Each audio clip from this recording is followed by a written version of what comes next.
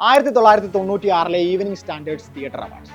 Award വിതരണം കഴിഞ്ഞ് Savoy ഹോട്ടലിൽ പാർട്ടി നടക്കുകയാണ്. മാക്സ് ഹേസ്റ്റിങ്സ് എന്ന ജേർണലിസ്റ്റ് ജാക്കിക്ക് വേണ്ടി ടോസ്റ്റ് പറഞ്ഞു. ചുറ്റും കൂടിയവർ തങ്ങളുടെ കയ്യിലെ മദ്യ ഗ്ലാസ് ഉയർത്തി അതിൽ പങ്കാളികളായി. 2 പേർ ഒഴിച്ചു.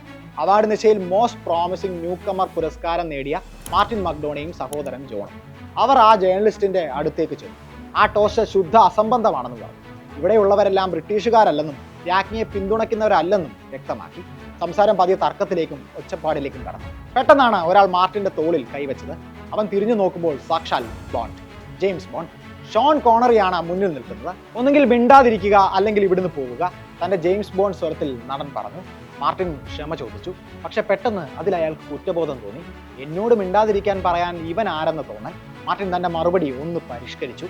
ഒരു എഫ് ബോംബ്. ചുറ്റും ഭീകരമായ നിശബ്ദത. പിന്നീട് ആ രാത്രി നടന്നതൊന്നും മാർട്ടിന് ഓർമ്മയില്ല. അതവിടെ അവസാനിച്ചില്ല. പിറ്റേന്ന് വെളുപ്പിനെ ഏതോ പത്രക്കാരൻ മാർട്ടിന്റെ ഫോൺ നമ്പർ സംഘടിപ്പിച്ച് വിളിച്ചു. അപ്പോഴും മദ്യലഹരിയിലായിരുന്ന മക്ഡോണ കോണറിയെ വീണ്ടും ആക്ഷേപിച്ചു. സംഗതി വാർത്തയായി, വലിയ വാർത്ത. ഈ സംഭവ കഥയിലെ മാർട്ടിൻ മക്ഡോണ പിന്നെയും നാടകങ്ങൾ എഴുതി. ക്രൂരവും പ്രകോപനപരവും അപകടകരവുമെന്ന് മുദ്ര കുത്തപ്പെട്ട നാടകങ്ങൾ, സിനിമകൾ എടുത്തു, ഓസ്കാർ നേടി.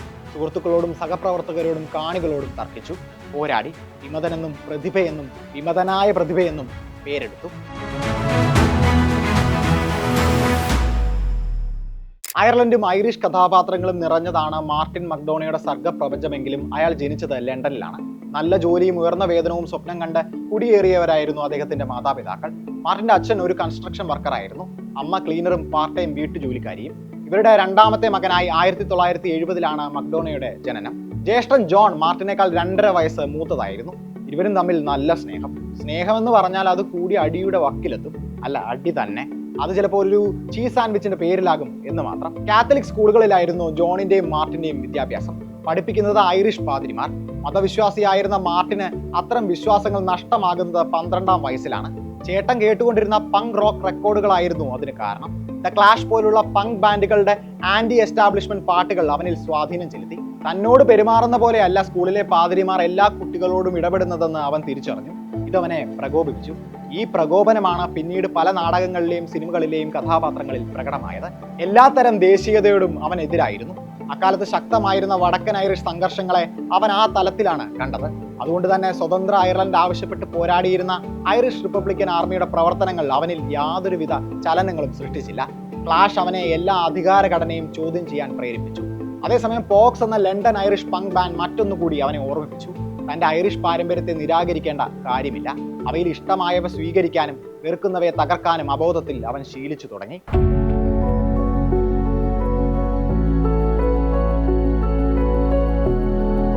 ഇതിനിടയിലേക്കാണ് സിനിമയുടെ കടന്നുവരവ്.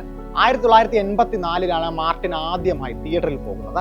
അന്നവന് 14 വയസ്സ് പ്രായം. പിന്നീട് അത് പതിവായി. ഗോഡ്ഫാദറിലെയും ഡോഗ് ഡേ ആഫ്റ്റർനൂണിലെയും അൽപാച്ചിനോ അവനെ തിയേറ്ററുകളിലേക്ക് വീണ്ടും എത്തിച്ചു എന്ന് പറയുന്നതാകും ശരി. സ്വരുക്കൂട്ടി വെച്ച പടവുമായി ലണ്ടൻ സ്റ്റേജിൽ അൽപാച്ചിനോ അഭിനയിക്കുന്നത് കാണാൻ അവൻ പുറപ്പെട്ടു. ഡേവിഡ് മാമറ്റിന്റെ അമേരിക്കൻ ബഫല്ലോ. നാടകം അവൻ ഇഷ്ടമായി. പക്ഷേ സിനിമയോടായിരുന്നു അപ്പോഴും പെരുത്ത് പ്രിയം. 17-ാം വയസ്സിൽ ജോൺ സ്കൂൾ മതിയാക്കി എഴുത്തിലേക്ക് കടന്നു. 16-ാം വയസ്സിൽ മാർട്ടിനും ജോണിന്റെ പാത പിന്തുടർന്നു. ഒരു ജോലിക്ക് വേണ്ടി പഠിക്കാൻ അവൻ ഇഷ്ടപ്പെട്ടിരുന്നില്ല. അവന് ജോലിയെ വേണ്ടായിരുന്നു, ഒരു മുതലാളി. എന്നിട്ടും അമ്മയുടെ നിർബന്ധത്തിന് വഴങ്ങി ചില ചെറിയ ജോലികൾക്ക് അപേക്ഷിച്ചു. പക്ഷേ താല്പര്യമില്ലായ്മ നിഴലിച്ച മുഖവുമായി എത്തിയ മാർട്ടിനെ ആരും ജോലിക്കെടുത്തില്ല. തൊഴിൽരഹിതർക്ക് സർക്കാർ കൊടുത്തിരുന്ന $50 ബത്തയിൽ മാർട്ടിൻ സംതൃപ്തനായിരുന്നു. അവൻ സ്നൂക്കർ കളിച്ചു, TV കണ്ടു, ജോൺ കൊണ്ടുവന്ന പുസ്തകങ്ങൾ വായിച്ചു. വായന സ്വാഭാവികമായി അവന്റെ ജീവിതത്തിന്റെ പ്രധാന ഭാഗമായി. വ്ളാഡിമർ നബക്കോവിനെയും ബോർഹസിനെയും അവൻ രസിച്ചു. ബോർഹസ് ആയിരുന്നു ഹീറോ. തിരഞ്ഞു പിടിച്ച് അദ്ദേഹത്തിന്റെ എല്ലാ പുസ്തകങ്ങളും വായിച്ചു. നിനക്കും ഒരു കഥ പറയാനുണ്ട് എന്ന് ആ പുസ്തകങ്ങൾ അവനോട് പറഞ്ഞു. ഒടുവിൽ 16-ാം വയസ്സിൽ ചേട്ടനോട് അവൻ ഒരു കഥ പറഞ്ഞു. പൈഡ് പൈപ്പറിന്റെ കഥയിൽ നിന്ന് പ്രചോദനം ഉൾക്കൊണ്ട ഒരു കഥ. ജോണിന് അത് ഇഷ്ടമായി. മാർട്ടിൻ അത് എഴുതി. 1.5 വർഷം കഴിഞ്ഞപ്പോൾ സർക്കാർ ബത്ത നിലച്ചു. മാർട്ടിൻ ഒരു സൂപ്പർ മാർക്കറ്റിൽ ജോലിക്ക് കയറിയതുപോലെ ഇറങ്ങി. പിന്നാലെ ട്രേഡ് ആൻഡ് ഇൻഡസ്ട്രി ഡിപ്പാർട്ട്മെന്റിൽ അസിസ്റ്റന്റ് പണി. പാർട്ട് ടൈം ആയിരുന്നു, പക്ഷേ അതും വിട്ടു. താൻ ഇവിടെ കുടുങ്ങിപ്പോകുമോ എന്ന ഭയം അവനെ എവിടെയും ഉറപ്പിച്ചു നിർത്തിയില്ല.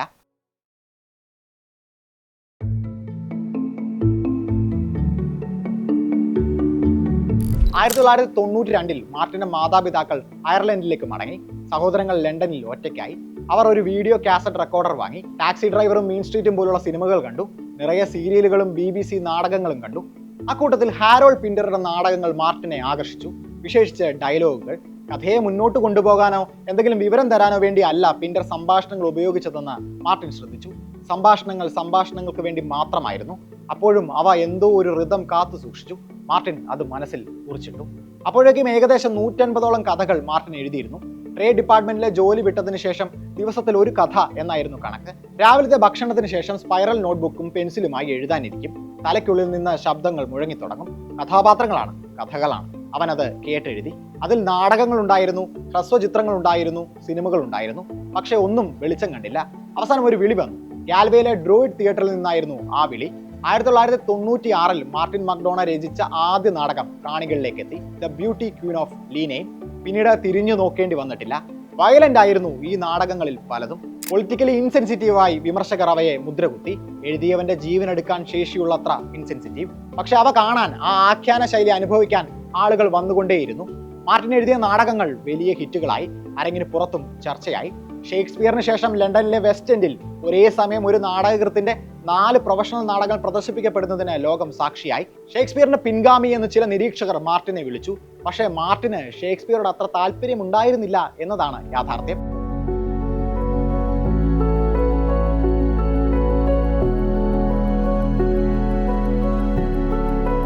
2004 മാർട്ടിൻ മക്ഡോണ തന്റെ ആദ്യ ഹ്രസ്വചിത്രം സംവിധാനം ചെയ്തത്, 6 ഷൂട്ടർ. ഇതാണ് എന്റെ കയ്യൊപ്പ്, കണ്ടുറപ്പിച്ചോളൂ എന്ന് മാർട്ടിൻ സിനിമാ ലോകത്തോട് പറഞ്ഞ ചെറുചിത്രം. മൂർച്ചയുള്ള സംഭാഷണങ്ങളും തീവ്രമായ വേദനയും ഞെട്ടിപ്പിക്കുന്ന വയലൻസും നിറഞ്ഞ 26 മിനിറ്റുകൾ. കൺമുന്നിൽ ഒരു പശു പൊട്ടിത്തെറിക്കുമ്പോൾ കൗതുകത്തോടെ ചിരിക്കുന്ന കുട്ടി. ആ ഒറ്റ ഇമേജിൽ മാർട്ടിൻ മക്ഡോണയുടെ കഥ പറച്ചിൽ രീതി വ്യക്തമാണ്. ഓസ്കാർ നൽകിയാണ് അക്കാദമി ആ കഥ പറച്ചിലിന് കൈയടിച്ചത്. പിന്നീട് അദ്ദേഹം സംവിധാനം ചെയ്ത 4 ഫീച്ചറുകളിലും ഈ സിഗ്നേച്ചർ സ്റ്റൈൽ പ്രകടമാണ്. In ബറൂഷ്, 7 psychopaths, 3 billboards outside എബിംഗ്, Missouri, banshees of ഇനിഷറിൻ എന്നീ ചിത്രങ്ങളിലൂടെ മാർട്ടിൻ മക്ഡോണ ഹോളിവുഡിൽ തന്റെ സ്ഥാനം ഉറപ്പിച്ചു. കാഫ്ക, ടാരന്റീനോ മിക്സായി പലപ്പോഴും മാർട്ടിന്റെ സംവിധാന ശൈലിയെ വിശേഷിപ്പിക്കാറുണ്ട്. അതേപോലെ ഐറിഷ് നാടകകൃത്തായ ജോൺ മില്ലിംഗ്ടൺ സിഞ്ചുമായും മാർട്ടിന്റെ രചനകളെ ചേർത്ത് വായിക്കാറുണ്ട്. ഇരുണ്ട ഹാസ്യമാണ് മാർട്ടിൻ മക്ഡോണ സിനിമകളുടെ സവിശേഷത. കഥാപാത്രങ്ങൾ സങ്കീർണമായ ചില സാഹചര്യങ്ങളിൽ ചെന്നുപെടുന്നു. അതിനോടുള്ള അവരുടെ പ്രതികരണത്തിലാണ് ഡാർക്ക് ഹ്യൂമർ ഒളിഞ്ഞുകിടക്കുന്നത്. ഉദാഹരണത്തിന് ഇൻ ബറൂഷ് എന്ന ചിത്രം എടുക്കാം. ഒരു കുട്ടി തന്റെ കൈകൊണ്ട് അബദ്ധത്തിൽ കൊല്ലപ്പെട്ടതിന്റെ കുറ്റബോധത്താൽ സ്വയം ജീവൻ എടുക്കാൻ ശ്രമിക്കുന്ന ഒരു ഹിറ്റ്മാൻ. അയാൾ ഒരു പാർക്ക് ബെഞ്ചിൽ ഇരിക്കുകയാണ്. പുറകിൽ അയാളെ കൊലപ്പെടുത്താനായി തോക്കും പിടിച്ച് സുഹൃത്ത്. ചാകാൻ പോകുന്നവനെ കൊല്ലാൻ ഒരുത്തൻ. ഹിറ്റ്മാൻ കയ്യിലിരുന്ന തോക്ക് തലയിൽ അമർത്തുന്നു. പുറകിൽ നിൽക്കുന്ന സുഹൃത്ത് അപ്പോൾ എന്താകും ചെയ്യുക? നിങ്ങൾക്ക് ഒരു ഫസ്റ്റ് തോട്ട് വന്നില്ലേ?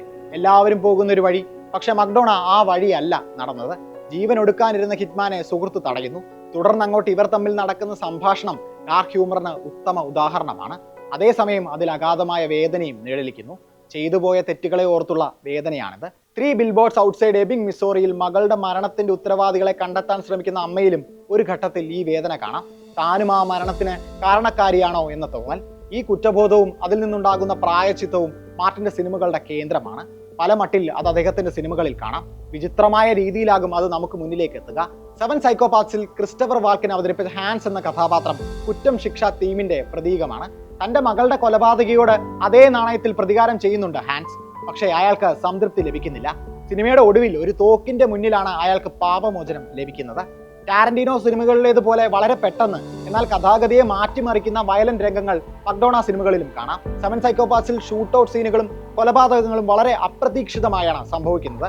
അതുപോലെ ദ ബാൻഷീസ് ഓഫ് ഇനിഷറിൻ, നീ ഇനി എന്നോട് മിണ്ടിയാൽ എന്റെ വിരൽ മുറിച്ച് ഞാൻ നിന്റെ മുഖത്തെറിയും എന്ന് ഒരാൾ നിങ്ങളോട് പറഞ്ഞാൽ അത് അപ്പോഴത്തെ ഒരു തിളപ്പായെ നിങ്ങൾ കാണാൻ സാധ്യതയുള്ളൂ. നിങ്ങൾ അയാളോട് വീണ്ടും ചെന്ന് മിണ്ടുന്നു. പിറ്റേന്ന് നിങ്ങളുടെ വാതിൽക്കൽ ഒരു വിരൽ കിടന്നാലോ? ഒന്ന് ഞെട്ടില്ലേ? ആ ഞെട്ടലാണ് ബാൻഷീസ് ഓഫ് ഇനിഷറിൻ. ആ ഞെട്ടലാണ് 7 psychopaths, in ബറൂഷ്, 3 billboards outside എബിംഗ്, Missouri. ഇങ്ങനെയൊക്കെ ആണെങ്കിലും മാർട്ടിന്റെ ഫ്രെയിമുകൾ ശാന്തമാകും. ഒരു മനോഹാരിത അതിനുണ്ട്. അത് പലപ്പോഴും കഥാപാത്രങ്ങളുടെ ഉള്ളിലെ വേദനയുടെയും ധാർമ്മികമായ അവ്യക്തതയുടെയും പ്രതിഫലനമാണ്. ഈ അവ്യക്തതയുണ്ടല്ലോ, അതാണ് അവരുടെ ഡയലോഗുകൾക്ക് റിതം നൽകുന്നത്. അവർ പരസ്പരം ഉച്ചത്തിൽ സംസാരിക്കുന്നതും തെറി വിളിക്കുന്നതും പല കാര്യങ്ങളിലും ഉറപ്പില്ലാത്തതിനാലാണ്. ഈ പറഞ്ഞവർ ഒരു ഭൂപ്രദേശത്ത് കുടുങ്ങിക്കിടക്കുകയാകും. അയർലൻഡിലെ ഒരു ഒറ്റപ്പെട്ട ദ്വീപിൽ, അല്ലെങ്കിൽ മരണം ഒളിച്ചിരിക്കുന്ന ബറൂഷിൽ. വലിയ തോതിൽ അദ്ദേഹത്തിന്റെ സിനിമകൾ വിമർശിക്കപ്പെടുന്നുമുണ്ട്. അതിൽ പ്രധാനം ഗൗരവമില്ലായ്മയാണ്. രാഷ്ട്രീയത്തെ, മനുഷ്യാവസ്ഥയെ സംവിധായകൻ ഗൗരവത്തോടെ സമീപിക്കുന്നില്ല എന്നാണ് പ്രധാന വിമർശനം. ഇതിനു പുറമെ അയർലൻഡിനെയും ഐറിഷ് സ്വത്വത്തെയും സിനിമകളിലൂടെ അപമാനിക്കുന്നു എന്നും ആരോപണമുണ്ട്. ചില സൃഷ്ടികൾ വർണ്ണവിവേചനപരമായ സൂചനകൾ നൽകുന്നുവെന്നും വിമർശനമുണ്ട്. മാർട്ടിന്റെ സൃഷ്ടികൾ കാണുമ്പോൾ ചിലപ്പോൾ നമുക്കും ഇതൊക്കെ തോന്നിയേക്കാം.